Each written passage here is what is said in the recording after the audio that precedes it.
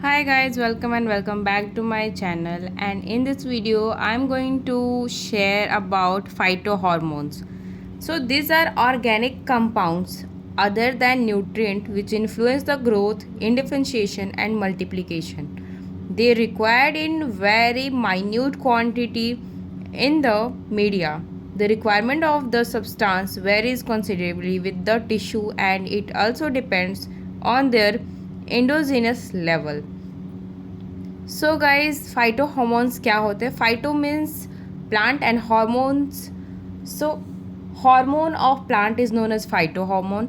And ये organic compounds होते हैं. न्यूट्रिएंट्स के अलावा जो ऑर्गेनिक कंपाउंड है वो जो इन्फ्लुएंस करते हैं ग्रोथ को, डिफ्रेंशिएशन में हेल्प करते हैं, मल्टीप्लिकेशन में भी हेल्प करते हैं.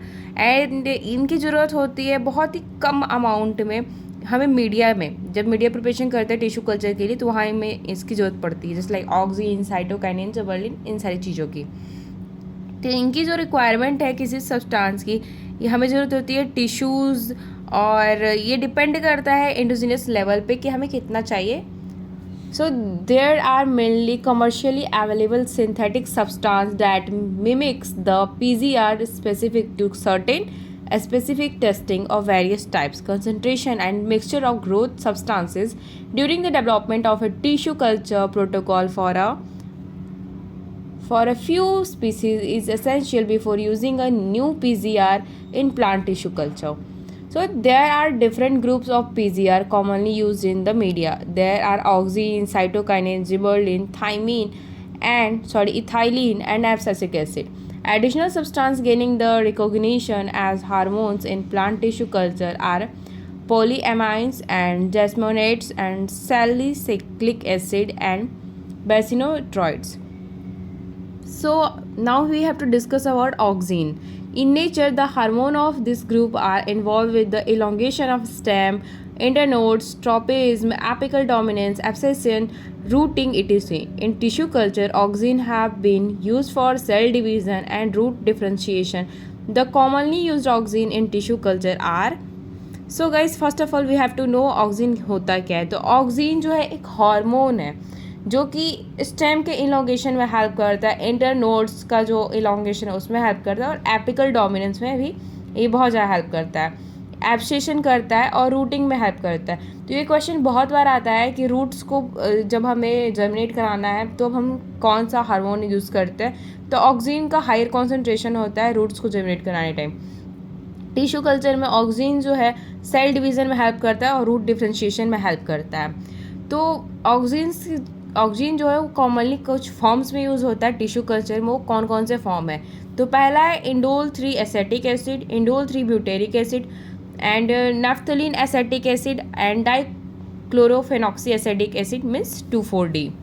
सो गाइज ये सारे फॉर्म्स थे ऑक्सीजन के जो कि टिश्यू कल्चर में इन फॉर्म्स में हम यूज़ करते हैं. ऑक्सीजन जो है यूजुअली डिज़ोल्व होता है इथेनॉल में या फिर डाइल्यूट NaOH में. अब बात कर लेते हैं साइटोकाइनिन क्या होता है. तो ये भी हार्मोन है जो कि सेल डिवीज़न में हेल्प करता है, मॉडिफिकेशन में हेल्प करता है एपिकल डोमिनेंस के, एंड जो शूट डिफ्रेंशिएशन है उसमें हेल्प करता है. तो ये भी क्वेश्चन आता है कि साइटोकाइनिन जो है अगर उसका हायर अमाउंट होता है टिश्यू कल्चर के जब मीडिया प्रिपरेशन कर रहे हैं उस टाइम पे, तो उससे क्या होगा? रूट जर्मिनेशन होगा या शूट जर्मिनेशन होगा? तो हमें वहाँ पे लगाना होगा साइटोकाइनिन से शूट डिफ्रेंशिएशन या शूट जर्मिनेशन ज़्यादा होता है. ठीक. सो आगे बढ़ते हैं. In tissue culture media cytokinin are incorporated mainly for cell division. Cytokinin में हम इनकॉर्पोरेट करते हैं सेल डिवीज़न के लिए, डिफ्रेंशिएशन के लिए, और एडवेंटिशियस जो शूट फॉर्म होते हैं कैलस से, और ऑर्गन जो होते हैं शूट प्रोलिफिकेशन होता है उसके लिए. कॉमनली इसे यूज़ करते हैं साइटोकाइनिन को 3-4 फॉर्म से, जैसे like benzyl amine purine, isopentyl adenine और फोरफराइल अमाइन प्यूरिन और जिएटीन के लिए. सो साइटोकाइनिन जो है इसे जनरली हम डिज़ोल्व करते हैं डाइल्यूट HCl में और NaOH में. अब हमें देखना है कि जो टिश्यू कल्चर है उसमें ऑक्सीजन और साइटोकाइनिन का इंटर रिलेशन क्या होता है. मीन्स अगर हम किसी चीज़ का रेशियो, अगर ऑक्सीजन का रेशियो बढ़ा रहे हैं तो उससे क्या होगा, अगर साइटोकाइनिन के रेशियो बढ़ा रहे हैं तो उससे क्या होगा, हम ये जानना है. So high oxygen and low cytokinin, अगर ऑक्सीजन ज़्यादा होता है और साइटोकाइनिन कम होता है इसकी रेशियो में, तो रूट का फॉर्मेशन होता है, एम्ब्रियोजेनेसिस होती है और कैलस फॉर्मेशन होता है।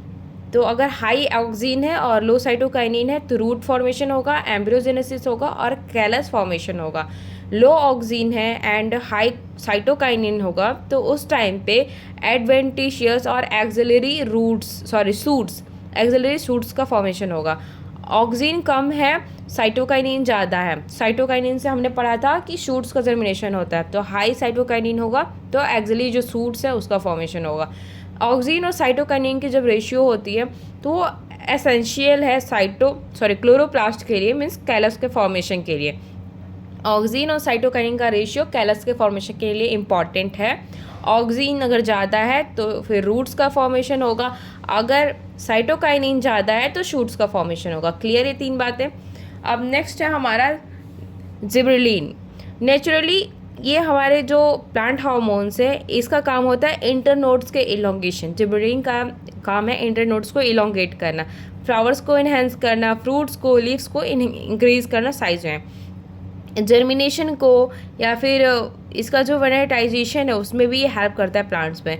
अमॉन्ग द 20 नोन जिबरेलिन्स, इसमें 20 से ज़्यादा जिबरेलिन जो है, GA3 is used widely compare to auxin and cytokinin and gibberellins are very rarely, they are मतलब बहुत कम यूज़ किया जाता है। They stimulate the normal development of plantlets from in vitro form and adventitious embryos. They are soluble in cold water, ये soluble होता है cold water में।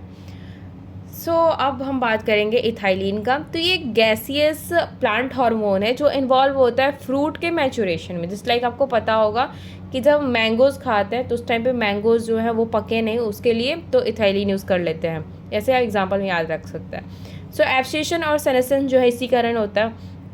जितने भी काइंड के प्लांट टिश्यूज़ होते हैं उसके कल्चर के लिए हमें इथाइलिन और इसका जो रेट ऑफ प्रोडक्शन को इंक्रीज़ करने के लिए हम यूज़ करते हैं। स्ट्रेस कंडीशन में, अगर कोई कंडीशन स्ट्रेस कंडीशन बन रहा है तो उस टाइम पे यूज़ करेंगे। जो इथाइलिन का यूज़ है वो प्रिकॉर्सर होता है, means 2 chloro-ethyl phosphoric acid in tissue culture and may be promptory or inhibitory for the same process in the different species was inhibited in the Haber brasiliensis। Abscisic acid की बात करते हैं तो एक प्लांट हार्मोन है जो कि abscission में हेल्प करता है, enforcing the dormancy and regulating the early stage of embryo development. इसका रिक्वायरमेंट होता है नॉर्मल ग्रोथ के लिए एंड डेवलपमेंट जो है सोमैटिक एम्ब्रियोज का हो सके उसके लिए, प्रमोट करता है मॉर्फोजेनेसिस को।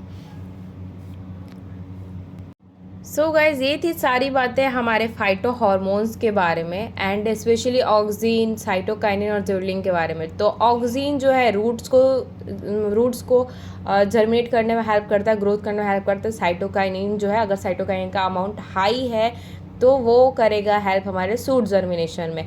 एंड जिबरेलिन का यूज़ हम बहुत रेयर केस में करते हैं, अगर इंटरनोड्स को बढ़ाना है तब करते हैं, या फिर फ्लावर्स को बढ़ाना है, फ्रूट्स को बढ़ाना है, लीफ की साइज को बढ़ाना है तब यूज़ करते हैं।